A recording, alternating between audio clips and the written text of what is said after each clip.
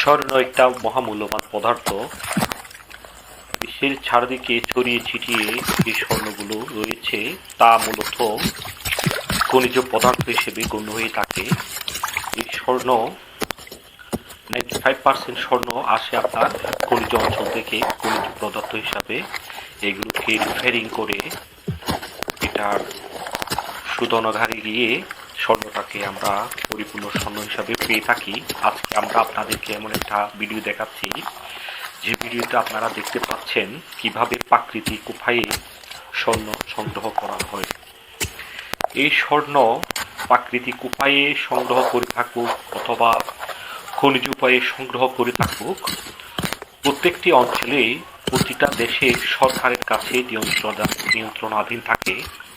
এই নিয়ন্ত্রণাধীন অঞ্চলগুলো সরকার তার নিজস্ব কিছু কর্মী অথবা শ্রমিক দিয়ে এগুলো কালেকশন করে থাকে, যা সরকারের ভান্ডারে জমা হয়। জমা হওয়ার পর এগুলো এক প্রকার নিলামের মাধ্যমে বিশ্বের যেগুলো বড় বড় ধনী ব্যক্তি ধনাঢ্য ব্যক্তিরা ওনারা ওইখানে গিয়ে বিডে অংশগ্রহণ করে ওইখান থেকে স্বর্ণ সংগ্রহ করে থাকে। আর এভাবে যারা প্রাকৃতিক উপায়ে অনেকে আছে মাটি থেকে স্বর্ণ সংগ্রহ করে থাকে। আজকে আমি আপনাদেরকে এমন একটা ভিডিও দেখাচ্ছি যেটাতে স্বর্ণ প্রাকৃতিক উপায়ে একজন ভদ্রলোক সংগ্রহ করতেছে। আপনারা এই ভিডিওটা ভালোভাবে দেখবেন। এর পাশাপাশি আমি আপনাদেরকে বিশ্বের যে সকল দেশ স্বর্ণ উৎপাদনে সবচেয়ে এগিয়ে আছে তাদের ব্যাপারে বলতেছি।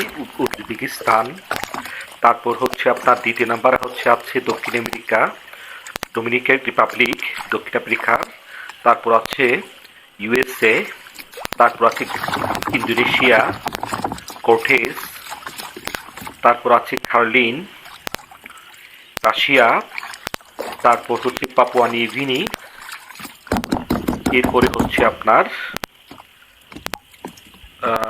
অস্ট্রেলিয়া। এইসব অঞ্চলগুলোতে খনিজ সম্পদ হিসাবে এই স্বর্ণগুলো সংগ্রহ করা হয়। তো দেখেন এই ভদ্রলোক পানিতে ছেঁকে ছেঁকে কিভাবে স্বর্ণের গুঁড়াগুলো সংগ্রহ করতেছে। খুব একটা সুন্দর অদ্ভুত বিষয়।